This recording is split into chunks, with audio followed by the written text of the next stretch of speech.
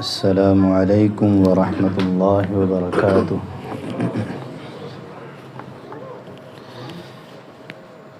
الحمد للہ رب العالمین، الحمد للہ الذی خلق اللیل والنہار والشمس والقمر والنجوم والاشجار، والصلاة والسلام علی نبیہ الابرار وعلى آلہ وصحبہ الأطہار، اما بعد، اعوذ باللہ من الشیطان الرجیم، من ہمزہ ونفخہ ونفثہ، بسم اللہ الرحمن الرحیم۔ قد سمع اللہ قول التی تجادلک فی زوجہا وتشتکی الی اللہ واللہ یسمع تحاورکما ان اللہ سمیع بصیر۔ الحمدللہ، اللہ تعالیٰ کی توفیق سے 28ویں پارے کی تلاوت سنی اور سنائی گئی ہے۔ اللہ تعالیٰ اپنی بارگاہ میں سننا اور سنانا قبول و منظور فرمائے، ہماری کوتاہیوں سے درگزر فرمائے اور ہماری کوششوں اور نیکیوں کو اپنی بارگاہ میں قبول و منظور فرمائے۔ سورۃ المجادلہ پہلی سورت ہے اس پارے کی۔ مجادلہ کا مطلب آپس میں جھگڑا کرنا، آپس میں جھگڑا کرنا۔ تو اس سورت میں جو جھگڑا ہوا ہے نبی کریم صلی اللہ علیہ وسلم کا اور ایک آپ کی صحابیہ کا، اس کا تذکرہ ہے۔ تو اللہ تعالیٰ فرماتے ہیں قد سمع اللہ قول التی تجادلک فی زوجہا، پیغمبر، اللہ تعالیٰ نے اس عورت کی بات کو سن لیا ہے جو آپ سے جھگڑ رہی تھی اپنے خاوند کے بارے میں، وتشتکی الی اللہ، اور اللہ تعالیٰ کی طرف اپنا شکوہ کر رہی تھی، واللہ یسمع تحاورکما، اللہ تعالیٰ نے تمہارے دونوں کی آپس کی گفتگو کو سنا، ان اللہ سمیع بصیر، یقیناً اللہ تعالیٰ ہر چیز کو مکمل طور پر ہمیشہ سے سننے والے اور ہر چیز کو مکمل طور پر ہمیشہ سے دیکھنے والے ہیں۔ حضرت خولہ بنت مالک بن ثعلبہ، یہ خولہ بنت ثعلبہ کا واقعہ بڑا معروف ہے کہ ان کے خاوند نے ان سے زہار کر لیا۔ جاہلیت میں جب کوئی مرد اپنی بیوی سے زہار کرتا تو وہ ہمیشہ تک کے لیے اس کی ماں جیسی ہی اس کے لیے ٹھہرتی، لیکن یہ اسلام کی عظیم نعمت ہے کہ اسلام نے اس میں گنجائش پیدا کر دی ہے۔ تو یہ حضرت خولہ، ان کے خاوند حضرت عبادہ بن صامت کے بھائی اوس بن صامت رضی اللہ عنہما، انہوں نے اپنی بیوی حضرت خولہ کو ان سے زہار کیا۔ زہار معروف ہے، آدمی اپنی بیوی سے کہے کہ میرے لیے آپ ایسے ہو جیسے میری ماں، یعنی حلال ہونے یا نہ ہونے کے حوالے سے۔ تو زہار زہر سے زہر پشت کو کہتے ہیں، تو یعنی میری ماں میرے لیے رشتہ، یعنی ازدواجی رشتے میں جیسے حلال نہیں، ایسے تم بھی ازدواجی رشتے میں میری ماں کی طرح ہو۔ تو اسلام کا کوئی حکم نہیں آیا تھا، تو یہ کافی پریشان ہوئی کہ اب ساری زندگی کس طرح گزرے گی۔ نبی کریم صلی اللہ علیہ وسلم سے آ کے گفتگو کی کہ مجھے بتلائیے، مجھے کوئی اور اس کا حل بتلائیے۔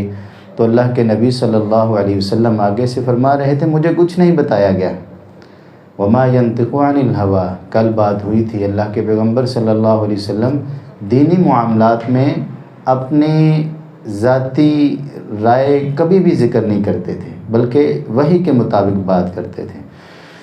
تو پھر اللہ تعالیٰ نے فرمایا الذین یظاہرون منکم من نسائہم ما ہن امہاتہم، جو لوگ زہار کرتے ہیں اپنی عورتوں میں سے کسی کے ساتھ تو وہ ان کی مائیں نہیں ہیں، ان امہاتہم الا اللائی ولدنہم، ان کی مائیں تو صرف وہ ہیں جنہوں نے ان کو جنم دیا ہے۔ وَإِنَّهُمْ لَيَقُولُونَ مُنْكَرًا مِّنَ الْقَوْلِ، یہ تو بہت بری بات کہتے ہیں، وزورا، اور بڑی گناہ اور جھوٹ کی بات کہتے ہیں، وَإِنَّ اللَّهَ لَعَفُوٌّ غَفُورٌ۔ لیکن پھر بھی اگر آپ سے اس طرح کا کوئی معاملہ غصے میں غلطی میں ہو جائے تو یقیناً اللہ تعالیٰ بہت معاف فرمانے والے درگزر فرمانے والے ہیں۔ پھر اس کا کیا حل ہے بھی؟ فرمایا وَالَّذِينَ يُظَاهِرُونَ مِن نِّسَائِهِمْ، جو اپنی بیویوں سے زہار کریں، ثُمَّ يَعُودُونَ لِمَا قَالُوا، پھر وہ لوٹنا چاہیں اپنی اس گفتگو سے، اپنے اس کلمے سے، فَتَحْرِيرُ رَقَبَةٍ مِّن قَبْلِ أَن يَتَمَاسَّا، اس سے قبل کہ دونوں ایک دوسرے کے پاس آئیں، پھر ان کو کفارے کے طور پر ایک گردن، ایک غلام اس کفارے کے طور پر آزاد کرنا ہوگا۔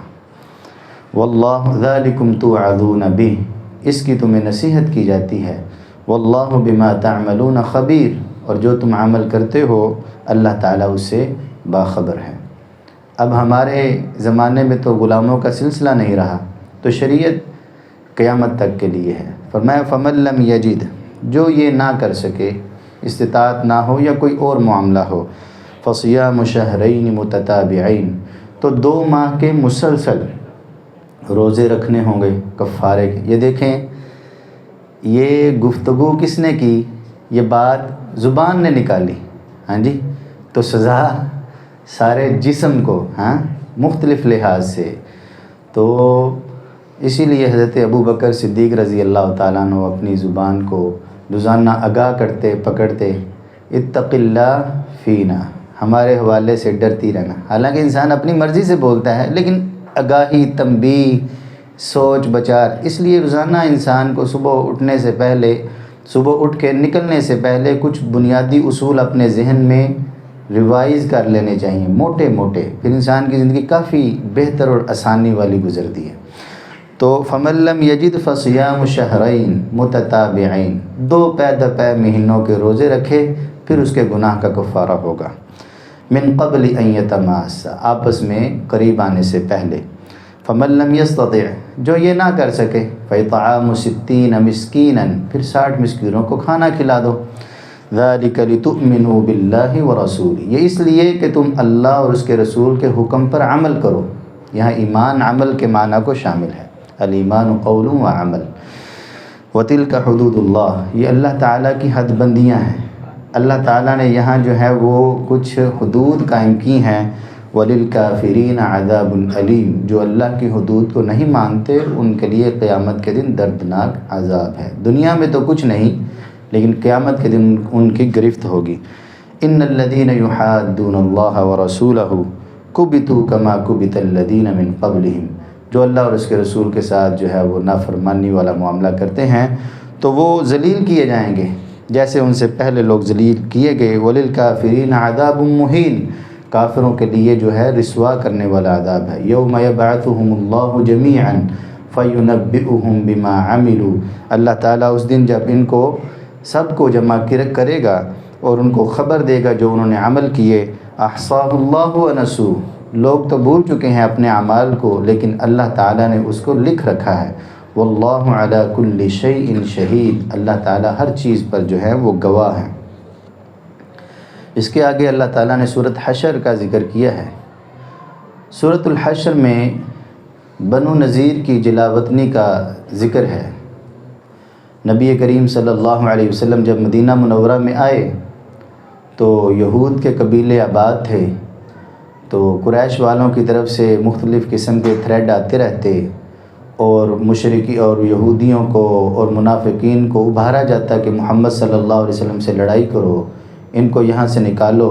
تو حکمت عملی کے تحت نبی کریم صلی اللہ علیہ وسلم نے یہود سے صلح کے معاہدے کیے۔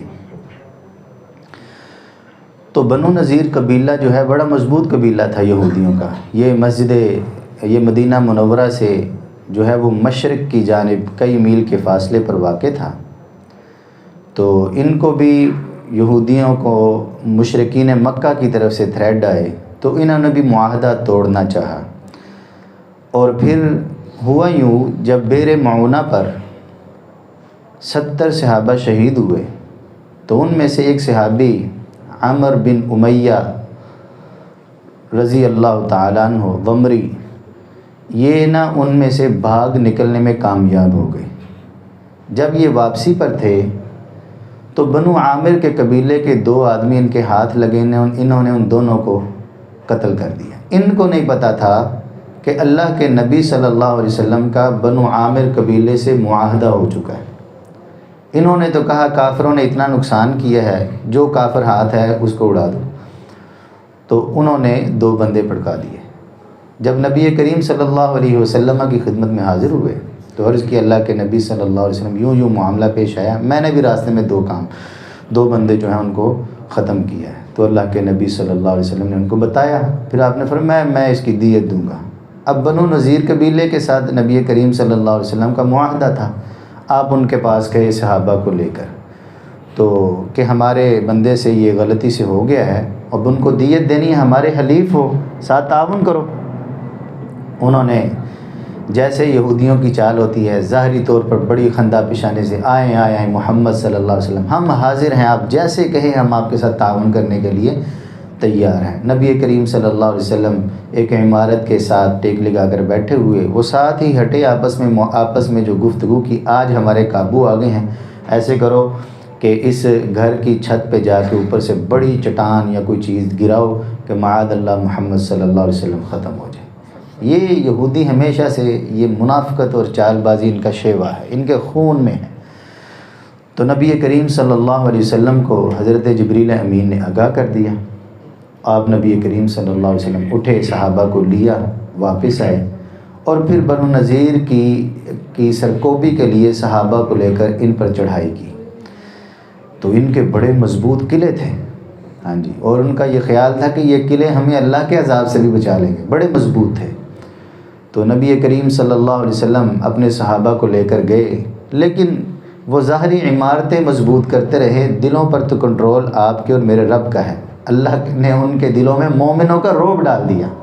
تو یہ تذکرہ ہے، فرمایا سبح للہ ما فی السماوات وما فی الارض وہو العزیز الحکیم، جو کچھ زمین و آسمانوں میں ہے ہر چیز اپنے رب کی تسبیح بیان کرتی ہے، اور آپ کا رب غالب اور حکمت والا ہے۔ هو الذی اخرج الذین کفروا من اہل الکتاب، وہی رب تعالی ہے جس نے کافروں کو، جو اہل کتاب میں سے کافر تھے، ان کے گھروں سے نکالا، من دیارہم لاول الحشر، پہلے ہی جم گٹھے کی شکل میں، پہلا لشکر مسلمانوں کا نکلا تو پہلے ہاتھ ان کو اپنے گھروں کو چھوڑنا پڑا۔ ما ظننتم ان یخرجوا، مومنوں کا بھی یہ گمان نہیں تھا کہ اتنی جلدی یہ اپنے گھروں کو چھوڑ کر یہاں سے چلے جائیں گے۔ ہوا یہ کہ پھر جب اللہ تعالیٰ نے ان کے دلوں میں رعب ڈالا نا، تو وہ پھر اس بات پر آئے کہ آپ ہمیں یہاں سے جانے دیں اور ہماری جگہ اور چیزیں آپ لے لیں۔ تو نبی کریم صلی اللہ علیہ وسلم نے ان سے اس بات پر معاہدہ کیا کہ آپ اسلحے کے بغیر جو سامان لے کر جانا چاہتے ہیں لے جا سکتے ہیں۔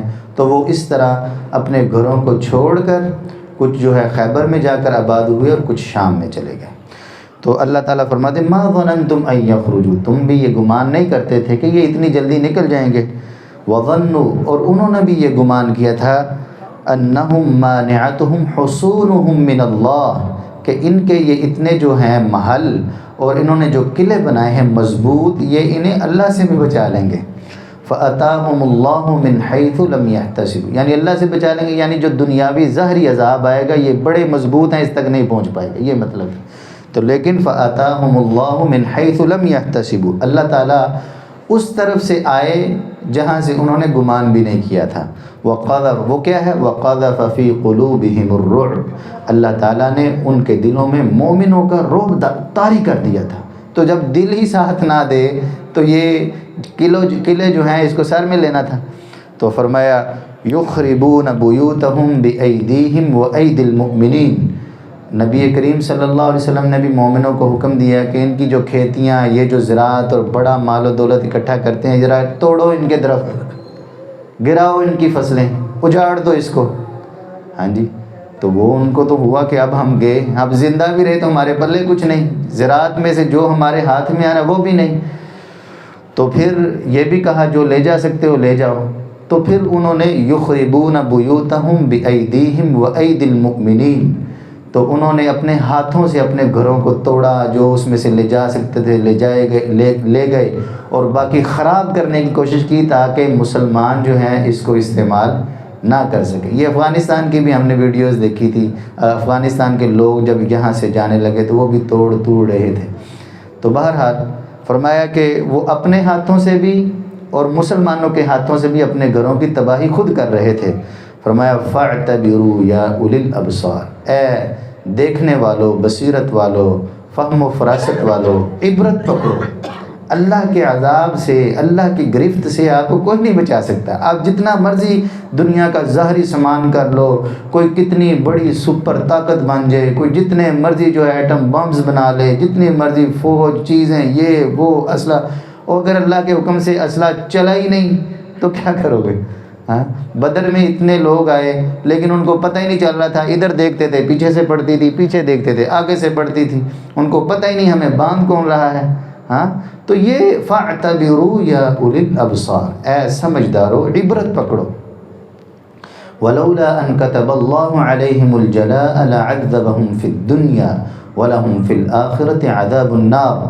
اگر اللہ تعالیٰ نے ان کے مقدر میں جلا وطنی نہ لکھی ہوتی تو پھر اللہ تعالیٰ ان کو دنیا میں بھی عذاب دیتا اور آخرت میں بھی ان کے لیے عذاب ہے. یعنی ان کو مومنوں کے ہاتھوں سے نہایت شدید طریقے سے رسوا فرماتا. آگے اللہ تعالیٰ نے اسی سورہ حشر کے آخری رکوع میں فرمایا، اے مومنو یا ایھا الذین آمنوا اتقوا اللہ، اے مومنو اللہ سے ڈرو. ولتنظر نفس ما قدمت لغد، ہر جان سوچے دیکھے غور و فکر کرے کہ اس نے کل کے لیے کیا کیا ہے. یعنی ہم میں سے ہر کوئی بیٹھے تنہائی میں اور غور و فکر کرے، سوچے کہ میں نے اس دنیا میں یہ کمایا یا کمانے کی کوشش کی ہے، لیکن یہ بھی سوچے کہ میں نے اپنے کل قیامت یا قبر کے اندر جانے کے لیے میں نے کیا کیا ہے. یعنی میری کون کون سی نیکی ہے جو مجھے قبر میں آ کر جو ہے اللہ کی رحمت کا سہارا بنے گی. کون سی نیکی ہے جو قبر میں میرے کام آئے گی، حشر میں میرے کام آئے گی. اور میں ولتنظر، خود دیکھیں، نفس ہر جان، ما قدمت لغد واتقوا اللہ، اللہ سے ڈرو. جب تم سوچو گے دیکھو گے تو پھر تمہیں چیز سمجھ آئے گی. فرمایا پھر دنیا کے پیچھے نہ لگو، واتقوا اللہ، اللہ سے ڈرو. ان اللہ خبیر بما تعملون، جو تم عمل کرتے ہو اللہ تعالیٰ اس سے مکمل طور پر باخبر ہیں. ولا تکونوا، ایسے نہ ہو جاؤ، نسوا اللہ، کہ اللہ تعالیٰ سے وہ یعنی ان لوگوں کی طرح نہ ہو جاؤ، نسوا اللہ، جو اللہ کو بھول گئے. فانساہم انفسہم، تو اللہ نے ان کو اپنا آپ ہی بھلا دی.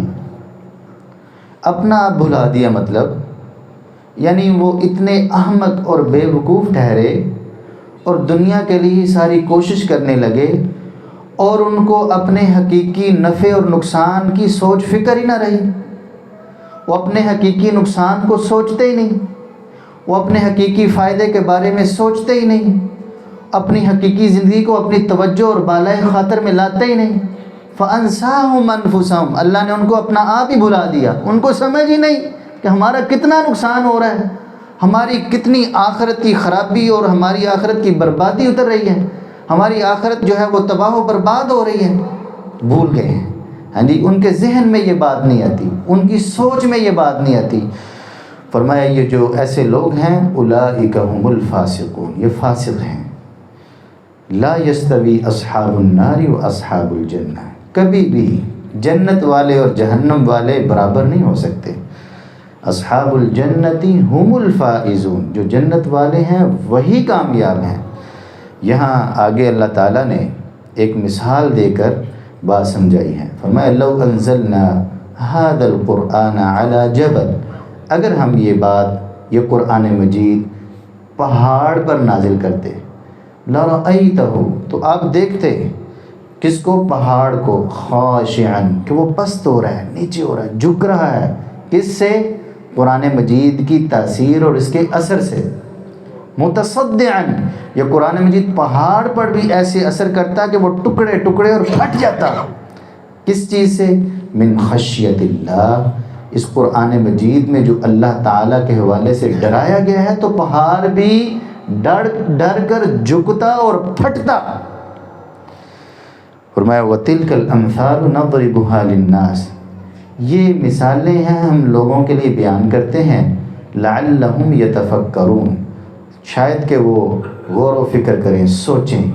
اب سوچنا چاہیے کہ کیا ہمارا دل پتھر کی چٹانوں سے بھی زیادہ سخت ہو چکا ہے کہ جس پر قرآن مجید کی نصیحتیں اثر نہیں کرتی، جبکہ پہاڑ جیسی مضبوط چیز اگر اس پر بھی قرآن مجید کی تلاوت کی جاتی، نازل کیا جاتا، اس کو کہا جاتا یہ احکامات ہیں، تو وہ اللہ کے ڈر سے، اثر سے پھٹنے کو جاتا۔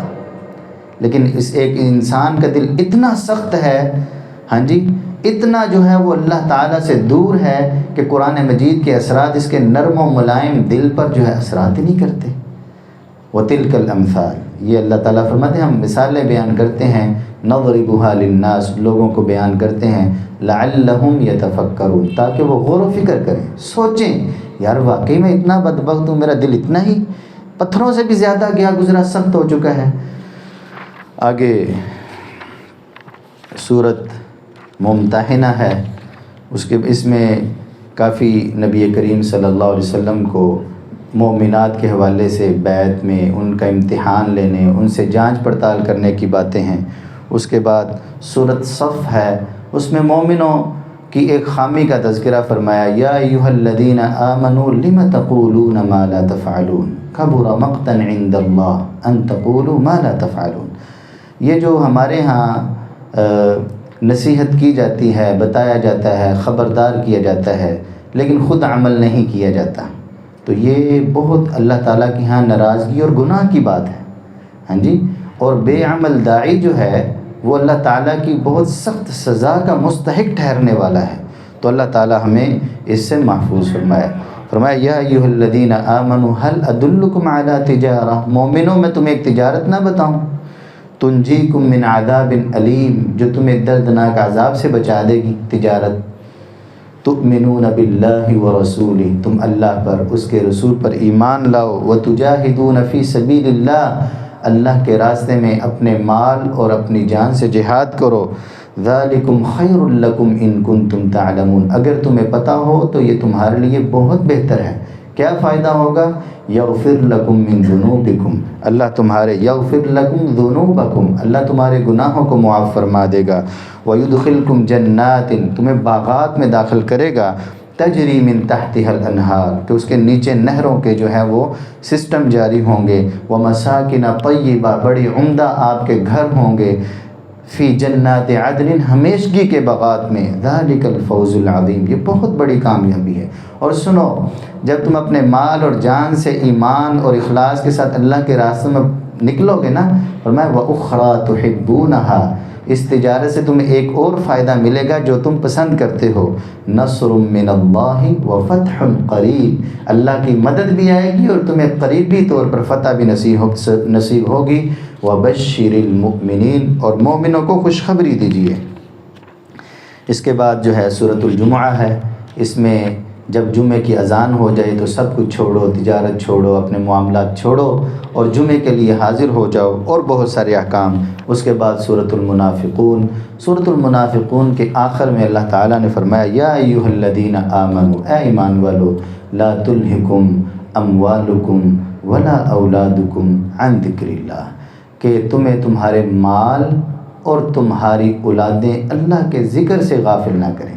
ہاں جی، اولاد جو ہے اس کی ضرورتیں پوری کرنی ہیں، مال جو ہے اس کی حفاظت کرنی ہے، کمانا ہے، لیکن غفلت کا شکار نہیں ہونا۔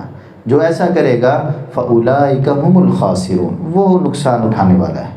فرمایا وَأَنفِقُوا مِمَّا رَزَقْنَاكُم مِّن قَبْلِ أَن يَأْتِيَ أَحَدَكُمُ الْمَوْتُ، تم میں سے ہر ایک کو موت آنے سے پہلے جو ہم نے تمہیں دیا ہے اسے اللہ کے راستے میں خرچ کرو۔ ہاں جی، ایسا نہ ہو فَيَقُولَ رَبِّ لَوْلَا أَخَّرْتَنِي إِلَىٰ أَجَلٍ قَرِيبٍ، جب موت کا وقت آئے تو پھر جو ہے وہ اپنی گریہ زاری شروع کرتے ہیں، اللہ تھوڑا سا مجھے مہلت دیں۔ کیا کرے گا؟ فَأَصَّدَّقَ، کہ میں صدقہ کرنا چاہتا ہوں۔ تو صدقہ جو ہے وہ انسان کو اپنی زندگی میں مرتب کرنا چاہیے چیزوں کو، اور اللہ کے جو ہے وہ بندوں کا حق جو ہے اس کو پہلے ہی انسان کی زندگی میں جو ہے اس کا کوئی ٹیبل بنانا چاہیے، سسٹم، کوئی کیٹیگری بنانی چاہیے کہ وہ اللہ کا حق، اللہ کے بندوں کا حق جو ہے وہ دیتا رہے، اس کی برکتیں ہی برکتیں ہیں، رحمتیں ہیں، اس سے آپ کے مال میں برکت ہے، گناہوں کی معافی ہے، آپ کی پریشانیاں دور ہونے کا ذریعہ ہے، جنت کے درجات ہیں، مومنوں میں بندہ شامل ہو جاتا ہے، صالحین میں شامل ہوتا ہے، فَأَصَّدَّقَ وَأَكُن مِّنَ الصَّالِحِينَ کہ میں صدقہ کروں اور میں نیک لوگوں میں شامل ہو جاؤں۔ وَلَن يُؤَخِّرَ اللَّهُ نَفْسًا إِذَا جَاءَ أَجَلُهَا وَاللَّهُ خَبِيرٌ بِمَا تَعْمَلُونَ لیکن جب اللہ تعالیٰ کے فیصلے کا وقت آتا ہے پھر کسی کو مہلت نہیں ملتی۔ آگے سورۃ طلاق ہے، اس میں طلاق کے مسائل ہیں، پہلے گزر چکے ہیں۔ سورۃ التحریم میں اللہ تعالیٰ نے ہمیں آگاہ فرمایا یا ایھا الذین آمنوا اے مومنو قوا انفسکم واہلیکم نارا خود کو اور اپنے گھر والوں کو آگ سے بچاؤ، وقودھا الناس والحجارہ اس کا ایندھن لوگ ہیں اور پتھر ہیں، علیہا ملائکۃ غلاظ اس پر بڑے سخت جان جو ہیں، ہاں جی سخت دل، شداد نہایت قوی فرشتوں کی اللہ نے ڈیوٹی لگائی ہے، ہاں جی سیکیورٹی بڑی مضبوط قسم کے فرشتے ہیں، لا یعصون اللہ ما امرہم اللہ کے حکم کی وہ نافرمانی آپ سوچیں بھی نہ، ہو ہی نہیں سکتی، ویفعلون ما یؤمرون جو ان کو آرڈر لگایا جاتا ہے وہی کرتے ہیں۔ آگے اللہ تعالیٰ نے اب یہ ہمیں اللہ تعالیٰ نے حکم دیا ہے خود کو اور اپنے گھر والوں کو آگ سے بچاؤ۔ اس میں سب سے پہلی بات یہ ہے کہ ہم اپنے گھر والوں کو، بچوں کو نماز کا جو ہے وہ پابند بنائیں، وَأْمُرْ أَهْلَكَ بِالصَّلَاةِ وَاصْطَبِرْ عَلَيْهَا ہاں جی اپنے گھر والوں، نبی کریم صلی اللہ علیہ وسلم کو حکم دیا کہ اپنے گھر والوں کو نماز کا حکم دے اور اس پر اچھے طریقے سے کاربند رہیں۔ یہ نہیں ہے کہ یہ کبھی کبھار کہہ دیا، جب دل کیا تو ڈنڈا اٹھا لیا، کبھی غفلت نہیں، وَاصْطَبِرْ عَلَيْهَا ہمیشہ پورے جو ہے وہ توجہ کے ساتھ اور روزانہ کی بنیاد پہ محاسبہ، اور اس کا اجر بھی آپ کو ملنے والا ہے۔ پھر آگے اللہ تعالیٰ نے فرمایا یا ایھا الذین آمنوا توبوا الی اللہ توبۃ نصوحا مومنو اللہ تعالیٰ سے پکے دل سے، سچے دل سے پوری توبہ کرو۔ پھر آگے چل کے اللہ تعالیٰ نے مثالیں بیان کی ہیں، ضرب اللہ مثلا للذین کفروا امرأۃ نوح وامرأۃ لوط اللہ تعالیٰ نے دو نبیوں کی بیویوں کی مثال بیان کی ہے۔ فرمایا کانتا تحت عبدین من عبادنا صالحین فخانتاہما نوح علیہ السلام کی بیوی اور لوط علیہ السلام کی بیوی، یہ دو انبیاء کی بیویاں تھیں، فخانتاہما لیکن وہ ان پر ایمان نہیں لے کے آئی، ہاں جی خیانت کی ان کی۔ اب خیانت کا تذکرہ کیا ہے، خیانت کون سی تھی یہ اللہ تعالیٰ نے ذکر نہیں کی، کسی کو بھی نہیں پتہ، اللہ تعالیٰ جانتے ہیں۔ فَلَمْ يُغْنِيَا عَنْهُمَا مِنَ اللَّهِ شَيْئًا تو لیکن یہ بات ذہن میں رہنی چاہیے، کسی کا نسب، کسی کا خاندان، کسی کا دنیاوی تعلق، کسی کی ظاہری دنیاوی محبت جو ہے اللہ کی گرفت سے اس کو نہیں بچا سکتی۔ فرمایا فَلَمْ يُغْنِيَا عَنْهُمَا مِنَ اللَّهِ شَيْئًا کہ یہ دونوں نبیوں کی بیویاں ہونے کے باوجود بھی کچھ بھی ان کو قیامت میں جہنم کے عذاب سے کچھ نفع نہیں ملنے والا۔ وَقِيلَ ادْخُلَا النَّارَ مَعَ الدَّاخِلِينَ اور یہ کہا جائے گا جہنم میں جانے والوں کے ساتھ آپ بھی جاؤ، چاہے نبیوں کی بیویاں ہو، لیکن اللہ تعالیٰ کے ہاں معیار جو ہے یہ نسب نہیں ہے، یہ تعلق واسطے نہیں ہیں، یہ دنیاوی حمایتیں نہیں ہیں، یہ خاندان سلسلے نہیں ہیں۔ إِنَّ أَكْرَمَكُمْ عِنْدَ اللَّهِ أَتْقَاكُمْ ہاں جی اللہ کے ہاں مقرر وہ ہے جو زیادہ متقی ہے، چاہے وہ حبشہ سے آنے والے بلال ہوں، کعبے کی چھت پر اللہ تعالیٰ ان کو چڑھا دیتے ہیں، اور اگر وہ نبی صلی اللہ علیہ وسلم کا چچا ہو، قریشی ہو، مکہ کا رہائشی ہو، تبت یدا ابی لہب وتب کا جو ہے وہ مصداق ٹھہرتا ہے۔ کیوں؟ یہ اللہ نے مثال بیان کی ہے کہ اور پھر فرمایا ہے کہ ان اکرمکم عند اللہ اتقاکم اللہ تعالیٰ کے ہاں متقی جو ہے اس کی قیمت ہے، یہ ظاہری نسب جو ہے وہ کوئی معنی نہیں رکھتے۔ اور پھر فرمایا وَضَرَبَ اللَّهُ مَثَلًا لِلَّذِينَ آمَنُوا مومنوں کے لیے اللہ نے پھر مثال بیان کی، کیا امرأۃ فرعون کی بیوی کی، یہ دنیا کا سب سے بڑا کافر ہے، ہاں جی لیکن اس کی بیوی کو اللہ نے ہدایت دی ہے، اور اس کی ہدایت جو ہے اس کو جنت میں لے جانے کا ذریعہ بنے گی۔ اذ قالت رب ابن لی عندک بیتا فی الجنہ، جب اس نے کہا اے اللہ میرا جنت میں محل بنا دیجئے. ادھر بڑی لمبی گفتگو علماء کرتے ہیں. عندک اپنے پاس، تو اللہ تعالیٰ کے پاس جنت میں کہاں ہوگا؟ جنت الفردوس میں. تو اس میں اپنی ہمسائیگی، ہاں جی، اپنے قربت جہاں آپ گھر لینا چاہتے ہیں اس پر توجہ دلائی گئی ہے. تو اللہ تعالیٰ کے ہاں جنت میں گھر، کیونکہ فردوس، جنت الفردوس کے اوپر اللہ تعالیٰ کا عرش ہے، تو اللہ تعالیٰ کے ہاں جنت میں گھر کا مطلب جنت الفردوس میں. تو اللہ تعالیٰ سے جنت الفردوس کا ہی سوال کرنا چاہیے. یہ ہمیں رسول اللہ صلی اللہ علیہ وسلم نے سکھلایا ہے. آپ نے فرمایا کہ اذا سألتم اللہ الجنت فاسألوہ الفردوس. تو جب اللہ سے جنت مانگو تو جنت الفردوس مانگو. ہاں جی، نہیں نا اوقات انسان اپنی سمجھتا، لیکن مانگو رب سے، وہ آپ کے اندر وہ کوالٹیاں بھی پیدا کر دے گا. تو فرمایا کہ جب اس نے کہا کہ اللہ مجھے فرعون سے، اس کے کام سے نجات دے اور میرا جنت کے ہاں گھر بنا دے، تو مومنوں کو اس کے لیے اللہ تعالیٰ نے مثال کے ذریعے سمجھایا ہے کہ عمل سے زندگی ہے، جنت بھی جہنم بھی. ہاں جی، عمل کیا ہے یہ معیار ہے، چاہے فرعون کی بیوی ہے. عمل کیا ہے یہ معیار ہے، چاہے نبی نوح کی بیوی ہے. عمل کیا ہے یہ معیار ہے، چاہے نوح علیہ السلام کا بیٹا ہے. اور فرمایا وَمَرْيَمَ ابْنَتَ عِمْرَان، عمران کی بیٹی مریم. یہ کون ہے؟ حضرت عیسیٰ علیہ السلام کی والدہ ہیں. فرمایا مریم بنت عمران کی ہم نے مثال بیان کی. التی احصنت فرجہا، جنہوں نے اپنی حفاظت کی، شرمگاہ کی.